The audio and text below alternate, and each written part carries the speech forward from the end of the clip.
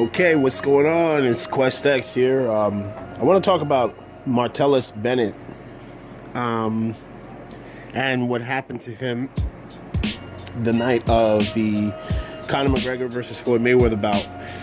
And I want to talk about just my take on it. I'm going to share my personal experience that I've had because I'm sure a lot of brothers have had the same exact situation. You're doing absolutely nothing wrong, and because you are the black person there, the black face there, the automatic presumption of guilt is laid upon you, and you haven't even done anything. Now, my situation was a little bit different. I'm sure some of the guys on here may understand what I'm talking about. Well, I'll give you an example. One day, I live in West New Jersey. All right, it's a very rural area. Very quiet town, and it's pretty much, it would be considered and labeled the boondocks. Okay, because there are not too many of my people around, and those that are there, we don't see each other up until we're like pulling in the driveway from work, at 5:30, 6 o'clock, something like that. And it's a predominantly very, very quiet area. It is a red county. If you're into politics, you'll understand what I'm talking about. So we first moved here because me and my woman, we actually bought a house here, and we were, moving in, and I like to work out. I actually like to run every morning. All right. I usually like to get about a 45-minute run, jog wherever I'm at. It doesn't matter if I'm in a hotel, if I'm traveling for business, from my job at the time I was working, for the company I was working for. It doesn't matter. If I was in the hotel, I went to the weight room that was in any of the hotels. I have to always maintain some sort of exercise regimen. So when we first moved into the house, during that first week, I hadn't got my workout in, and and a lot of people understand what I'm talking about when they're fitness junkies. When you don't work out, you just don't feel right. Your body's off, your sleep regimen goes off. At the time, she was pregnant, so I was doing pretty much everything. We had some help from some professional movers, but it was a pretty hectic week, as it would be. So I decide, one day I'm like, I want to take a drive. We drove through the neighborhood I don't know if you guys know this, but when you're buying a house, you kind of like to scope out the area, the neighborhood. You drive around, you see. And I had remembered, driving around, that there was this park that was literally down the road, and you make a left, and then you got to go down this hill, and there's this beautiful park. It has a dog park. You got the kids can go and play their area, and then you had, I saw there was a lot of joggers. In fact, there were signs that tells the traffic to look out for joggers. So I go, and I have my iPod. I'm old school, I know. Have my iPod on my shoulder strap, attached to my shoulder, headphones in, and I go running. Now, I'm running in a tank top, shorts, track shoes, and that's it. All right? And it's so funny because before I went running, my girlfriend, she says, Quest, she didn't say Quest, she knows my name, and a lot of brothers in the LDBC know my name, but she was like, hey, baby, take your ID with you. And I'm like, I don't need my ID. I'm good. I'm like, why do I need my ID? You need me to stop at the store? I'm not going to drive. I'm actually going to walk, do my little warm-up walk to the track, to the park that has the track, and then I'm just going to do my workout. And she's like, I don't know. I just prefer you to have it. I'm like, all right, whatever. I grab it, and I put it in, there's a little, one of my workout shorts, there's a little slot where for runners and joggers, you can actually put your driver's license in. All right, so I take it, I put it in the slot, and I go run. All right, I'm not paying attention. When I'm in the zone of working out, I don't know if anybody else is like this, everything kind of fades away, and I'm just in my workout, in my zone.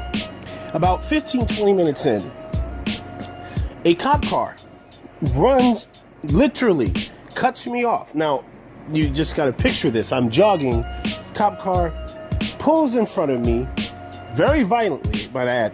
It was so close to me that when I was running, if I hadn't braced myself, and I honestly, and this is not me sitting up there trying to be braggadocious or anything like that, if I had not been an athlete or athletic enough, I would have literally ran over the hood of the car. But I was able to brace and stop quick enough.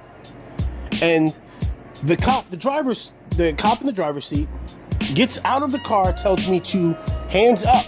Now I can't hear because I have my headphones in. And I immediately put my hands in the air. His partner gets out of the passenger side. What do you think they did to me? Do you think they asked me who I was? What was going on? No. The first thing they said, you fit the description of somebody who had been robbing the near houses in the neighborhood. All right.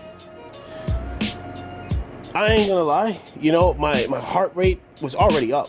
My adrenaline was already in from running. And I'm terrified at this moment. And the only thing I can think about, because they had their hands on their guns.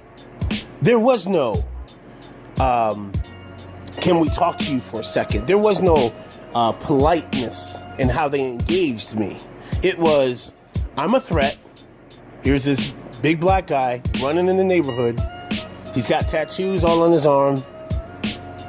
He's got a goatee. He must be doing something wrong. He must be doing something illegal. He must be in trouble and running from something. And the only thing I can think about, like Micheal Bennett was saying, he was like, just his life flashed before his eyes. I'm just thinking about my son at the time who wasn't born yet. I'm thinking about my lady. I'm like, oh shit, I'm thinking about my mother. I'm thinking about everything else. And I'm terrified. And they said that I fit the description of somebody who was robbing houses in the neighborhood. Now, we all know what that was about. We all know it was bullshit. We don't have to... Come on now, guys. And I tell this story because I want people who sit there and say that when a lot of us in the LDBC, I know brothers who have spoken on this, when we talk about we know racism and we know injustice when we see it, I wanted to share that story with you guys because you do realize that it is the law that you can go on a database and look up. If there's crimes committed in your neighborhood, you can go online, look up in your local police department, and they will have a list of crimes that were committed in your neighborhood and description of suspects. Do you know that when I got home, the first thing I did was open my laptop. First, they didn't even believe that I lived in the neighborhood. Okay, my ID had not been changed yet. I had to give them a full description of my house, where I was, and what street I lived on, for them to let me go.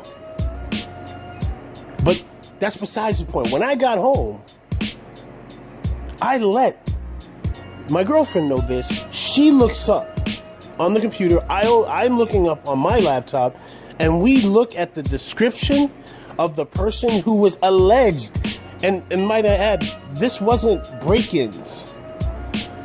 There was someone who looked suspicious who was loitering around the local school.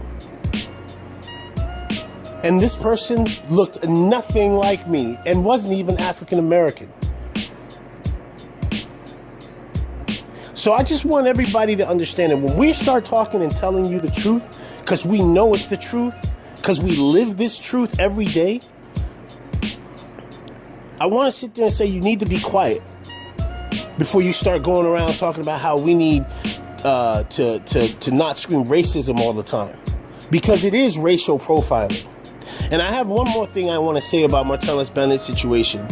I think this is mighty strange he was targeted. especially the fact that he has been the most outspoken supporting Colin Kaepernick.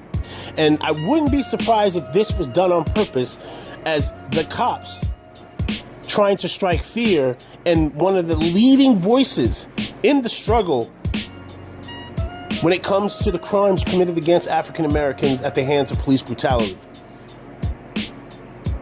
So that's all I got to say. It's your boy QuestX. I am out. Peace.